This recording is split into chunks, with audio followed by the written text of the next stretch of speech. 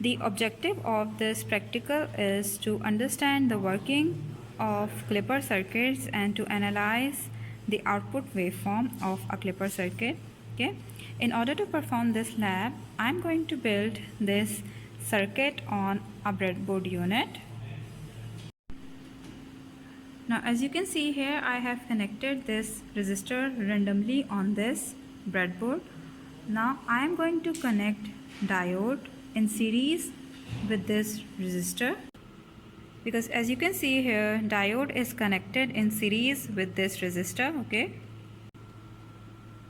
Now I have connected this diode like this. As you can see here, this positive terminal of this diode is connected to the second terminal of this resistor.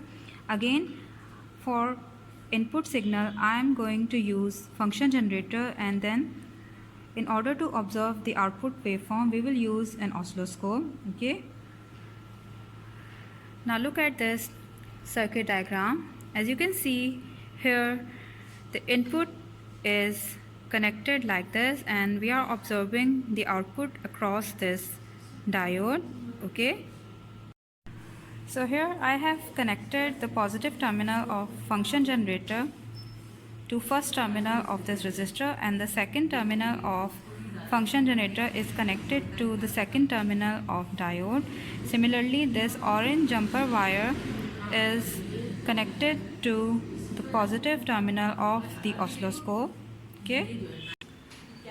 So now your circuit looks like this after making all the connections. Okay.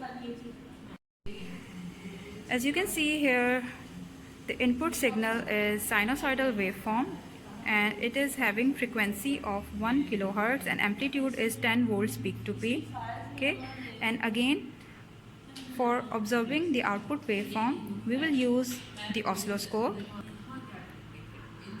After making all the connections, you will press the auto set button on the oscilloscope, and then you will observe an output waveform something like this. Okay. Then again you are going to press the measure button on the oscilloscope, and you will observe all these parameters, and then you will fill this table. Okay. And then you will draw the input and output waveforms.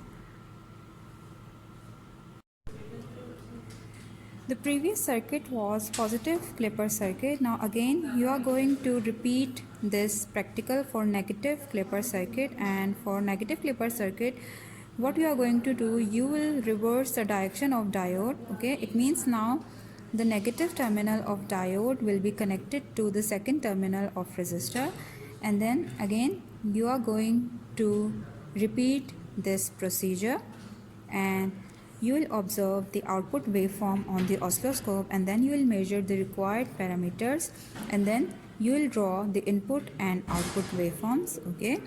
So this was your 10th practical.